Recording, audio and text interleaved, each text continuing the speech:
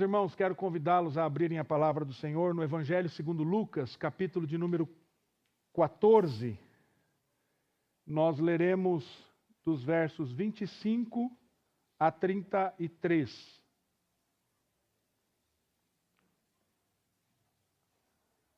Lucas, capítulo 14, versos 25 a 33.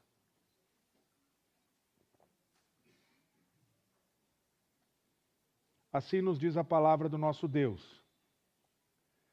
Grandes multidões o acompanhavam, e ele, voltando-se, lhe disse: Se alguém vir a mim e não aborrecer a seu pai, e mãe, e mulher, e filhos, e irmãos e irmãs, e ainda a sua própria vida, não pode ser meu discípulo. E qualquer que não tomar a sua cruz e vier após mim, não pode ser meu discípulo.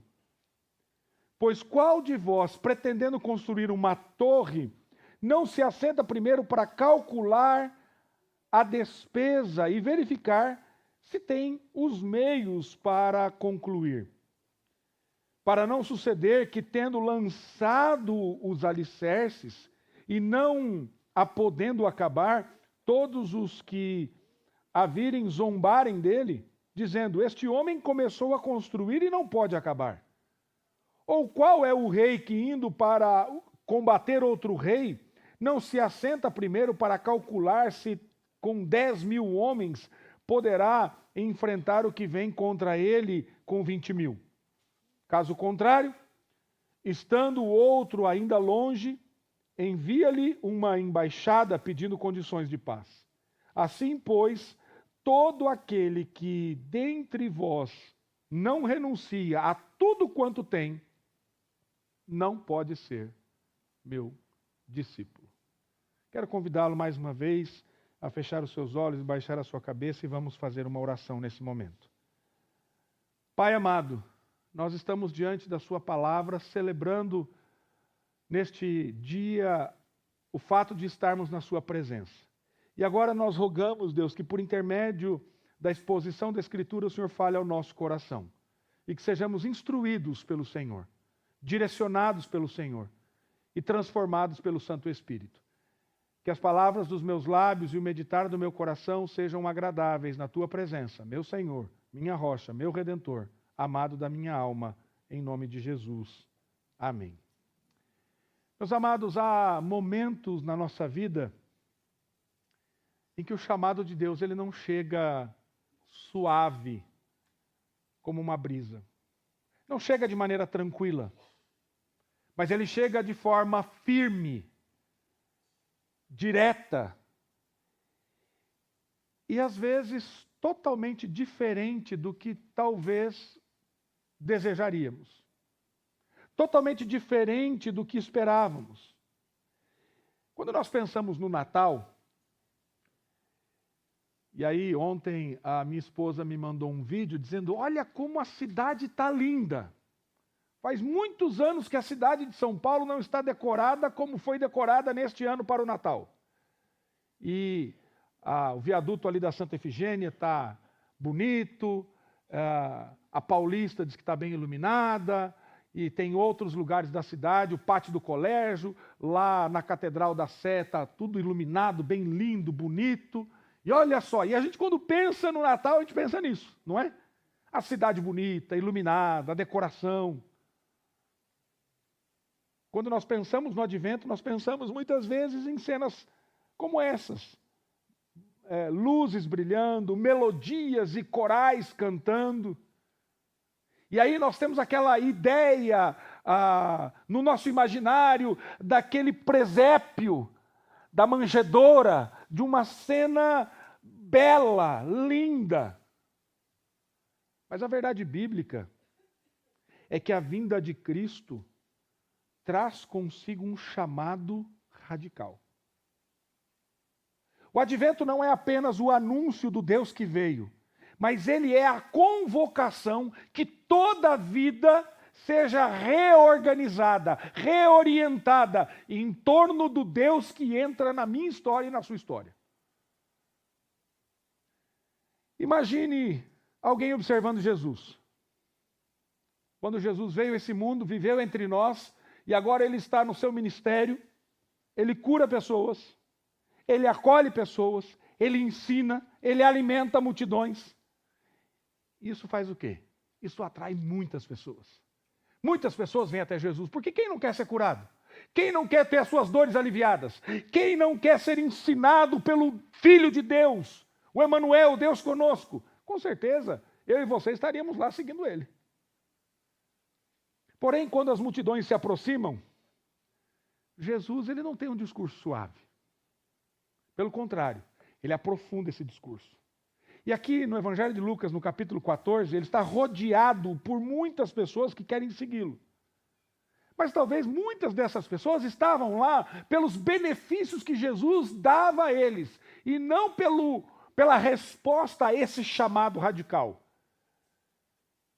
E talvez muitos não tinham compreendido, entendido realmente o que significava pertencer ao reino de Jesus. Por isso, Jesus se vira para a multidão e apresenta um discipulado que não parece ser muito fácil. Mas um discipulado de entrega total.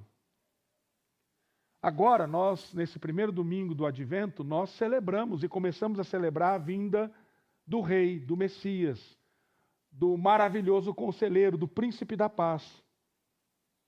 Mas, da mesma forma como aconteceu com aquelas multidões lá na Galileia, a chegada do Rei sempre exige uma resposta. A chegada do Rei sempre exige uma resposta. Não existe neutralidade diante da encarnação de Cristo. Ou você responde esse chamado, ou você vira as costas para esse chamado. Ou você crê em Deus, ou você faz de você mesmo o seu Deus. E é assim que nós vemos as pessoas no mundo hoje. Não existe ateísmo, meus queridos. Deixa eu dizer uma coisa bem clara para vocês. Não existe ateísmo. Todo mundo adora. A questão é, o que as pessoas adoram? Você pode negar a Deus, você pode negar a existência de Deus, mas a imagem de Deus, o senso divinitatis, o senso da divindade está posto em você, porque você é criado à imagem e semelhança de Deus.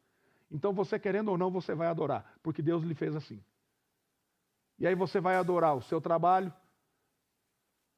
você vai adorar a sua família, você vai adorar os bens que você tem, o dinheiro. Alguma coisa você vai adorar. E você vai fazer disso o objeto da sua adoração. Então veja, o ser humano hoje, ou ele adora a Deus, ou ele responde à vinda do Messias e se prostra diante dele e atende esse chamado, ou ele vira as costas para viver para si mesmo. Não é isso que o apóstolo Paulo escreve aos Romanos no capítulo 1? Quando nós olhamos para Romanos, capítulo 1, nós vemos isso claramente, dito pelo apóstolo Paulo, que estes homens que conheceram a Deus, negaram a existência de Deus. Nós vemos lá, verso 18, a ira de Deus se revela do céu contra toda impiedade e perversão dos homens, que detêm a verdade pela injustiça. Porquanto o que Deus se pode conhecer é manifesto entre eles, porque Deus lhe manifestou. Porque os atributos invisíveis de Deus, assim o seu eterno poder, como também a sua própria divindade, claramente se reconhecem desde o princípio do mundo, sendo percebidos por meio das coisas que foram criadas.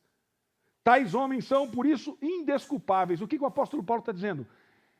Que todo mundo sabe que Deus existe, porque Deus revela isso através da criação. Deus se faz conhecido. O Deus que vem ao nosso encontro. Ele se mostra, ele se revela. Mas olha o que diz o verso 21 da epístola aos Romanos, no capítulo 1. Porquanto, tendo conhecimento de Deus, não o glorificaram como Deus, nem lhe deram graças, antes se tornaram nulos em seus próprios raciocínios, obscurecendo-lhes o coração insensato. Inculcando-se por sábios, tornaram-se loucos e mudaram a glória de Deus, do Deus incorruptível, em semelhança de imagem de homem corruptível, bem como de aves, quadrúpedes e répteis. Ou seja, o homem, ao invés de adorar a Deus, ele vira as costas para Deus e volta-se para si mesmo. Então, o ponto aqui, meus irmãos, é que a chegada do Messias exige uma resposta. Não pode ter neutralidade. A vinda de Cristo ao mundo nos confronta com uma pergunta decisiva. O que significa seguir a Deus? O que significa seguir ao Deus que veio ao nosso encontro? E Lucas, ele nos conduz a esse momento. E hoje nós veremos aqui que o advento nos convida a colocar a nossa esperança. E nós vamos trabalhar esses temas nesses próximos domingos. Esperança, alegria, amor. Nós vamos trabalhar esses temas e paz, esses temas que envolvem o advento. Mas ele nos convida a colocar nossa esperança não em nós mesmos. Não nessa ideia do homem que vira as costas para Deus. Não na religião. Não nas circunstâncias. Mas no Cristo, no Redentor, no Salvador, que chama discípulos para uma vida inteira diante dele. Uma vida completa diante dele. O capítulo 14, ele faz parte de uma longa sessão do Evangelho aqui de Lucas, conhecida como a jornada de Jesus rumo a Jerusalém. E talvez você pudesse pensar assim, pastor, mas isso aí daria mais certo para pegar lá na Páscoa, né? Que a Páscoa, nós vemos ali a morte e a ressurreição de Cristo. Mas aqui nós vemos esse chamado radical. E a partir do capítulo 9, verso 51, Jesus, ele se coloca de maneira resoluta a caminho da cidade onde ele morreria. E como eu já disse anteriormente, orando, a manjedoura é um prelúdio da cruz. E essa viagem, ela não é aqui apenas geográfica, mas ela é profundamente teológica. Por quê? Porque Jesus está indo ao encontro da cruz. E ao longo do caminho ele revela o significado do reino, ele revela o que é caminhar com Jesus, o que é o reino de Deus. E o que ele vai fazer? Ele expõe pecados, ele confronta as tradições dos fariseus, ele chama discípulos para estarem com ele. E essa é uma perspectiva preciosíssima. Estar com Jesus. É isso que ele faz conosco. E as multidões que o seguem têm interesses variados. Muito provavelmente, alguns aqui o seguem por curiosidade. É interessante quando acontece alguma coisa e você fica curioso, não é? Ontem mesmo nós estávamos em casa, daqui a pouco escutaram um barulho, aí os meninos foram na janela, aconteceu algum acidente, aconteceu alguma coisa. E todo mundo curioso, querendo saber o que tinha acontecido. Se você vê algum barulho, se você vê algum movimento, você fica curioso. Você fala assim, eu quero ir lá ver. Já viu acidente na estrada? Você está andando na estrada, tem um acidente. O trânsito não para por conta do acidente, para por conta do quê? Dos curiosos, que querem ver o que aconteceu. Segue a sua vida, abençoado. Larga a mão de ser curioso, não é? E aqui o que nós vemos? Um monte de curioso.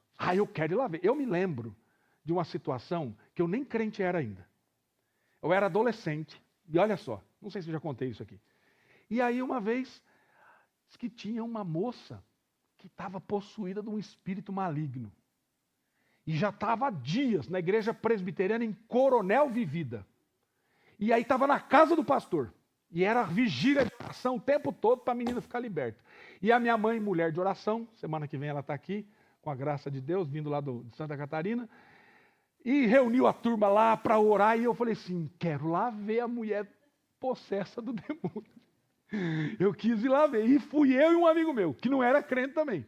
Chegamos lá, e a moça estava deitada numa cama, e ficava lá, e não sei o quê, e os curiosos, né, eu e meu amigo, fomos lá. Chegamos lá, a hora que nós chegamos lá, ficamos na porta assim, olhando, e a turma fazendo oração por ela, e ela quieta. Daqui a pouco ela vira assim, fala com uma voz esquisita pro meu amigo, e você, ô polaco, o que está fazendo aqui? Nós morrendo de medo, fomos embora, né? Falei, vai o curioso, meteu o bedelho onde não deve ser chamado. Tem um monte de gente que vai até Jesus porque é curiosa. E nós ficamos com medo e saímos correndo. Depois, com a graça de Deus, o Senhor Jesus transforma a minha vida e a gente vai entender o que estava acontecendo naquele processo. Mas o que acontece aqui? Muitas pessoas estão seguindo a Jesus por curiosidade. Outros por causa de milagres que ele fazia. Outros porque esperavam talvez um benefício. Não, eu vou lá, quem sabe eu vou ganhar alguma coisa. Outros tinham aquela perspectiva social, política. Mas Jesus, ele não quer seguidores entusiasmados, curiosos apenas. O que Jesus quer? Ele quer discípulos. Discípulos que o amem. Discípulos que renunciem à sua própria vida. E Lucas enfatiza que Jesus está no caminho da renúncia. Ele está indo para onde? Para a cruz. E ele nasce na manjedoura com esta finalidade: ir à cruz. Jesus literalmente nasceu para morrer por mim e por você. E desde o início do Evangelho nós vemos isso. Ele nasce sem lugar, vive sem posses e agora ele caminha em direção à morte. Teologicamente, Lucas ressalta que o reino de Deus não é construído por força humana, mas pela obra do próprio Cristo. Ele é o rei que veio ao nosso encontro. Ele é o rei que veio ao encontro do seu povo. E o Advento celebra isso, meus irmãos. O rei que veio ao nosso encontro. E o rei que veio e a sua presença entre nós, o que ela faz? Ela redireciona, ela reorganiza toda a nossa existência. Por isso, o chamado de Jesus aqui em Lucas 14 não é exagerado. E não é pesado demais. Ele é coerente com a realidade do reino. Onde Cristo reina, tudo precisa ser redirecionado, reordenado. E o discipulado aqui ele é radical. Por quê? Porque Cristo é radical no seu amor. Cristo é radical na sua resposta em fidelidade e entrega. Porque ele vai amar a você e a mim até a morte. Para nos redimir, para nos justificar. Então ele abraça a cruz por mim e por você. E é por isso que ele chama seus discípulos a abraçarem esse mesmo caminho. Então, o advento, ele revela essa coerência. O menino na manjedoura é o Senhor da cruz. Com esse cenário em mente, a primeira coisa que eu quero falar com você é sobre o chamado de Cristo que confronta as nossas prioridades. O chamado de Cristo que confronta as nossas prioridades. Versos de números 25 e 26, ele diz: grandes multidões acompanhavam e ele, voltando-se, dizia: se alguém vem a mim e não aborrece seu pai e mãe e mulher e filhos e irmãos e irmãs, ainda a sua própria vida, não pode ser meu discípulo. Jesus está diante de uma multidão. Todos caminham com ele. Como nós vimos, com várias expectativas. Uns curiosos, outros queriam benefícios. Mas nem todos pertencem a ele. Então ele declara: se alguém quer vir a mim e não aborrece o pai, a mãe, a mulher, os filhos, irmãos, irmãs e até a sua própria vida, não pode ser meu discípulo. Quando você escuta isso, como é que você recebe esse negócio? Duro, né? Mas eu amo demais a minha mãe. Eu amo demais meu pai. Eu vou aborrecer o meu pai e a minha mãe? Jesus, ele não está mandando odiar a família. No contexto judaico e greco-romano, o verbo utilizado aqui significa estabelecer uma prioridade absoluta. Cristo está dizendo que todas as relações, inclusive as mais sagradas, precisam ser subordinadas à lealdade ao reino de Deus. Na cultura antiga, a identidade de alguém estava profundamente enraizada à família. Eu pretendo agora, no mês de janeiro, na viagem que faremos de férias, nós fizemos um trajeto para ir para o sul, e um dos lugares que eu quero passar é num lugarzinho chamado Nova Veneza, perto de Criciúma, Santa Catarina. Nova Veneza é a capital da comida italiana no Brasil. E lá no centro da cidade tem uma gôndola, que foi trazida lá de Veneza, e tem uma placa com o nome das famílias que fundaram lá. E o nome da minha família está lá, Zanelato. Eu quero levar os meus filhos para conhecer. Porque tem um legado da nossa família. Isso é importante. Mas para um judeu era muito mais importante do que isso. Muito mais importante do que isso. A família era algo precioso. O que Jesus está fazendo aqui? Jesus está deslocando o eixo central da vida. Ele está dizendo assim, a coisa mais importante não é o legado da sua família e o nome que você tem. Sou eu, Cristo. Ele está dizendo que a identidade do discípulo não está na sua origem familiar, não está no seu legado, na sua descendência, mas na sua união com Cristo. E hoje na Escola Bíblica Dominical nós vamos falar sobre isso, sobre esta união com Cristo. Este verbo estar em Cristo aparece mais de 160 vezes no Novo Testamento. Então essa declaração, ela é profundamente coerente com o chamado do Deus que vem ao nosso encontro do Advento. Por quê? Porque no Advento nós celebramos o Deus que veio, mas que exige uma resposta minha e sua, para que ele seja o centro da nossa vida, o centro da nossa existência. Então, a encarnação não é uma história bonita apenas, mas é o anúncio de uma nova realidade que mudou o mundo e que entrou na minha vida e na sua vida. E essa realidade exige entrega total. Por quê? Porque Deus não veio disputar espaço com você. Deus não veio disputar espaço com a hora do videogame, com a hora do futebol, com a hora da ginástica, com a hora do beach tênis, da bicicleta, com a hora da moto. Deus não veio disputar espaço com isso. Com a hora do centro gravitacional do sofá, do dorama, né? Você senta lá e fala assim, vem um atrás do outro, das séries que a gente gosta de assistir. Deus, ele quer o centro da nossa vida, meus irmãos. Ele quer o centro da nossa vida. A encarnação não é uma história bonita apenas, mas Deus exige o centro da nossa vida. Ele veio reinar. O que isso quer dizer conosco? Algumas aplicações práticas sobre isso. Primeiro, esse tempo do Advento é um tempo de você avaliar suas prioridades. O texto nos pergunta com profundidade, qual é o lugar de Cristo na sua vida? Ele é o centro da sua vida? Ou ele está orbitando ao redor das suas prioridades?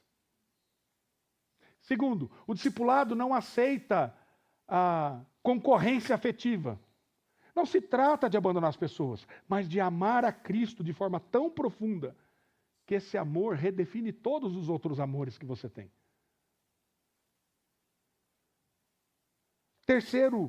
Terceira aplicação aqui, o Advento nos confronta com uma pergunta decisiva. O que controla a minha agenda? O que controla a nossa agenda? Os meus sonhos, as minhas decisões. De maneira mais profunda, o que governa o seu coração? Então, a verdadeira esperança nasce quando Cristo assume o lugar central que de fato lhe pertence. Mas, em segundo lugar, o caminho da cruz define o seguidor de Cristo. O caminho da cruz define o seguidor de Cristo, ou seja, define quem eu sou e quem você é. Veja o que diz o verso 27. E qualquer que não tomar a sua cruz e vier após mim, não pode ser meu discípulo. Quem não carrega a cruz e não vem após Jesus, não pode ser discípulo dele. Entenda o significado de carregar a cruz aqui, querido. Não significa passar por sofrimentos aleatórios. A cruz, na época de Jesus, era símbolo do quê? De morte, de humilhação pública, de entrega total.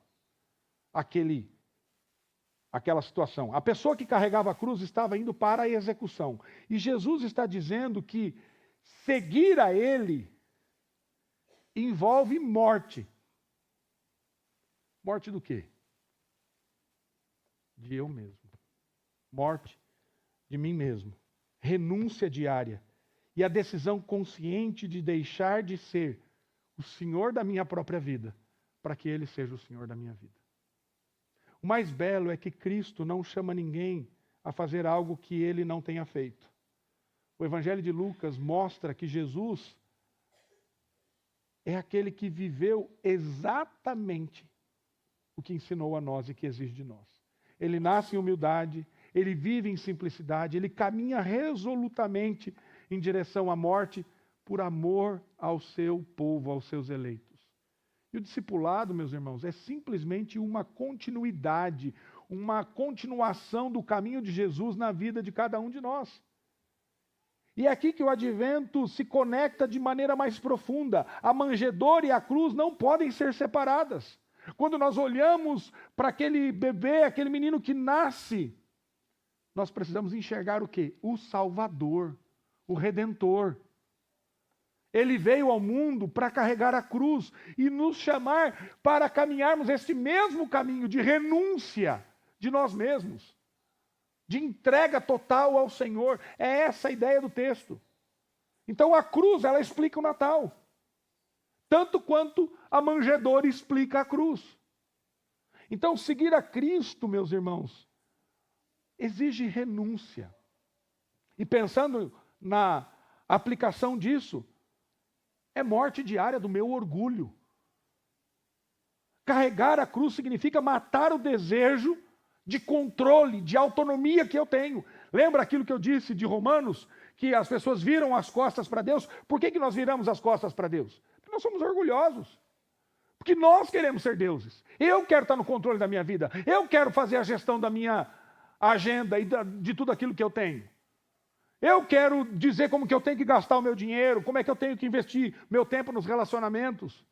Eu quero estar no controle, eu quero ser o Deus. E quando nós olhamos para o advento, meus irmãos, o Natal, ele precisa ser visto à sombra da cruz. A encarnação anuncia o sacrifício que viria. Jesus, ele veio a esse mundo com um propósito específico: entregar a vida por mim e por você. Isso está anunciado desde lá da criação, quando o homem pecou. Gênesis capítulo 3, versículo 15. Só que quando nós entendemos essa realidade, meus irmãos, isso transforma a maneira como nós celebramos a vida e como nós vivemos a nossa vida. Porque agora nós temos uma postura diferente. Então, o discipulado, meus queridos, não é um evento. Ele é um caminho. Um caminho de renúncia. Um caminho de entrega. Carregar a cruz, essa renúncia, é uma prática constante, que requer dependência de Deus. Não é pela nossa própria força. Então, o discipulado bíblico e radical, ele acontece porque Cristo é radical no seu amor. Deus não poupou o seu próprio Filho e o entregou por nós. Ele carregou a sua cruz por nós e agora nos chama a andar com Ele. Mas em terceiro e último lugar, nós vemos que o Evangelho convida a um cálculo sério, a fazer uma conta. A fazer conta. O Evangelho nos convida a fazer conta.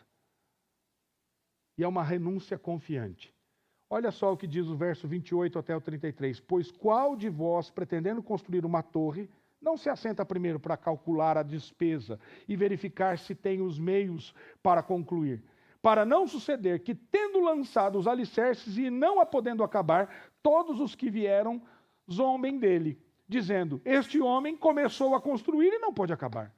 Qual é o rei que, indo para combater outro rei, não se assenta primeiro para calcular se com 10.000 homens poderá enfrentar o que vem contra ele com 20.000? Caso contrário, estando o outro ainda longe, envia-lhe uma embaixada pedindo condições de paz.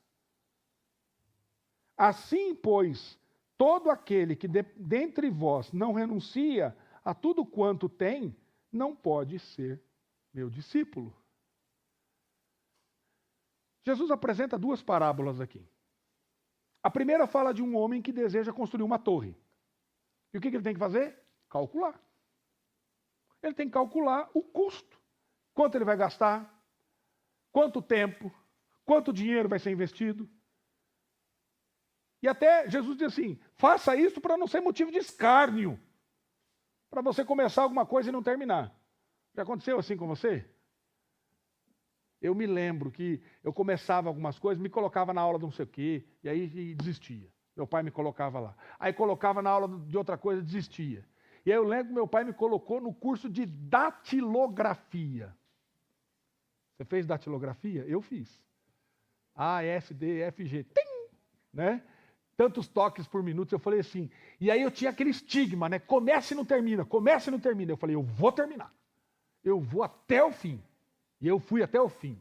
Não sei mais onde está o diploma, mas eu tinha o diploma de formado em curso de datilografia. As crianças estão perguntando para o pai e para a mãe, o que é esse negócio, mamãe? O que é isso aí? É antigo, né? Pois é. Quando você começa algo, você tem que ir até o fim. E você vai até o fim se você fizer o cálculo disso. Essa é a primeira parábola que Jesus conta. A segunda parábola descreve um rei que analisa a sua capacidade militar antes de ir à guerra. E o que nós estamos vendo aqui? Nos dois casos, nas duas parábolas, Jesus está ensinando sobre prudência.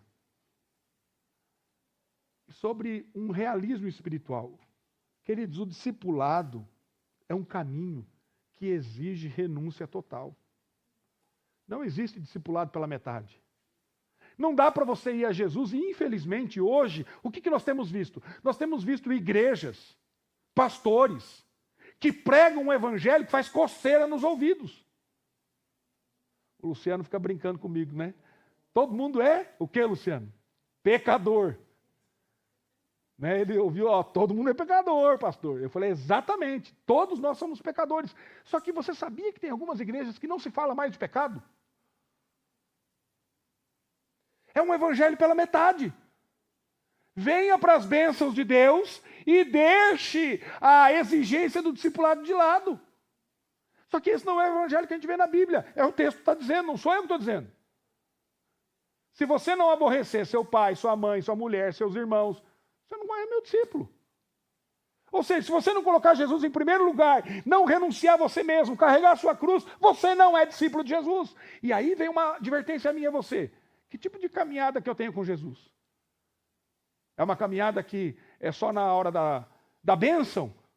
Na hora da coisa boa? Então o discipulado, ele exige um caminho de renúncia total. E Jesus conclui com uma frase decisiva, ele diz assim, assim todo aquele que não renuncia a tudo quanto tem, não pode ser meu discípulo. Se você colocar qualquer coisa que seja, na frente de Jesus, ele diz assim que você não pode ser discípulo dele. Agora, querido, sabe o que é precioso aqui? É que essa renúncia, ela não é desesperadora, mas ela é libertadora. E por que ela é libertadora?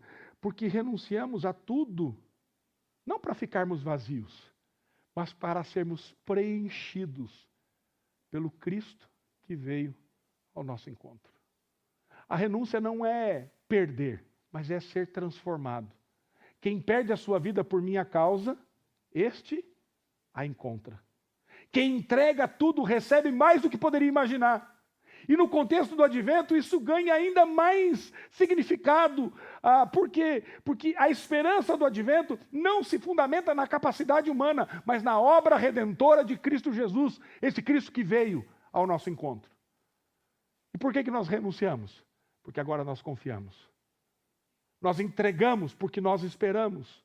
Nós abrimos mão porque nós sabemos que nós seremos acolhidos por este Deus, porque Ele veio ao nosso encontro. Então o advento, meus irmãos, é tempo de honestidade espiritual. Nós precisamos olhar para o nosso coração e avaliar o que estamos segurando com força demais. O que você está agarrado na sua mão? Você precisa soltar. Ai, Senhor, mas eu amo demais. Solta. Meus filhos. E agora? E eu estou vendo isso. Essa semana foi a formatura do meu menino, mais novo, 10 anos. Aí, daqui a pouco, teve um lá que apareceu um homem dentro da minha casa, um com 13. Falei assim, está enorme. E eu comecei a pensar, falei assim, daqui a pouco está indo embora. Mas eu não quero que vá. Eu quero agarrar. Eu quero para mim. Porque é meu. Não, não é meu. Foi Deus que deu. É dele. E nós criamos filhos para a glória de Deus. Então solta, querido. Solta. Solta aquilo que você ama demais e ame ao Senhor. E Ele te dará prazer em tudo aquilo que você tem. Mas a renúncia é uma forma de esperança. Só renuncia quem acredita que Deus é suficiente. Que vai te dar alegria plena, contentamento. Contentamento naquilo que o Senhor dispõe a nós. É o que o apóstolo Paulo, escrevendo aos Filipenses, diz: tanto sei estar humilhado quanto honrado. Eu tenho experiência de escassez e de fartura. Tudo eu posso naquele que me fortalece. Porque ele tem contentamento. Ele está satisfeito. Porque tudo que Deus dá é suficiente. Eu não preciso ficar olhando para as outras coisas. Puxa, o irmão chegou com um carro novo na igreja, hein? Preciso comprar um carro novo. Não, eu não preciso. O que Deus deu para mim é suficiente. Não estou falando que você não pode trocar de carro. Não é isso que eu estou dizendo. Mas não é ser invejoso. Não é ser avarento. E assim por diante. Então o discipulado, meus irmãos, envolve decisões concretas. Tendo agenda, relacionamentos, recursos, prioridades, emoções, planejamento. Tudo entregue a Cristo. O que Jesus está dizendo é simples, mas ao mesmo tempo profundo. A vida vale mais quando está completamente entregue ao reino, completamente entregue a Jesus. O advento que nós começamos a celebrar, meus irmãos, começa com um chamado. O Deus que veio ao nosso encontro nos chama para segui-lo por toda a vida. Não existe esperança verdadeira sem entrega verdadeira. Não existe entrega verdadeira sem confiar no Cristo que se entregou por nós. Aqui no Evangelho de Lucas, no capítulo 14, Jesus faz o que nenhum líder humano faria. Ele não tenta agradar as multidões, mas ele deseja transformar os seus discípulos. Ele faz isso porque sabe que o discipulado sem entrega não é discipulado. É apenas uma religião vazia. Hoje, eu e você somos convidados a ouvir essa voz novamente. A voz daquele que nasceu em Belém, que viveu de maneira perfeita, em obediência, que carregou a cruz por nós, que morreu, que ressuscitou e que voltará para nos buscar. O advento, ele nos lembra que Jesus veio e que virá novamente. Esse Deus que veio ao nosso encontro voltará. Por isso, nós vivemos entre a manjedoura e a consumação. Entre o intervalo, nós somos o quê? Chamados para segui-lo, para sermos discípulos. Cristo não está pedindo algo demasiadamente impossível para nós, não. Ele está pedindo que nós entreguemos aquilo que nós nunca conseguiríamos sustentar. E esse é o ponto. Às vezes você acha que você consegue sustentar as coisas. Não consegue. Então entregue. Entregue a Cristo. O controle da própria vida, a ilusão da autonomia, a busca por identidade fora de Deus, isso é sem sentido sem Cristo. Ele chama para que nós possamos receber descanso, vida, perdão, direção e esperança. Então, no advento, o que nós proclamamos? O Deus que veio chama você. O Deus que veio, ele confronta as suas prioridades. O Deus que veio convida você a carregar a sua cruz, renunciar a você mesmo. O Deus que veio chama você a renunciar a sua vida para ganhar a verdadeira vida. E essa é a esperança do advento. Essa é a beleza do advento. Essa é a resposta ao Deus que veio ao nosso encontro. Que Deus nos abençoe, que Deus nos dê graça em nome de Jesus. Amém.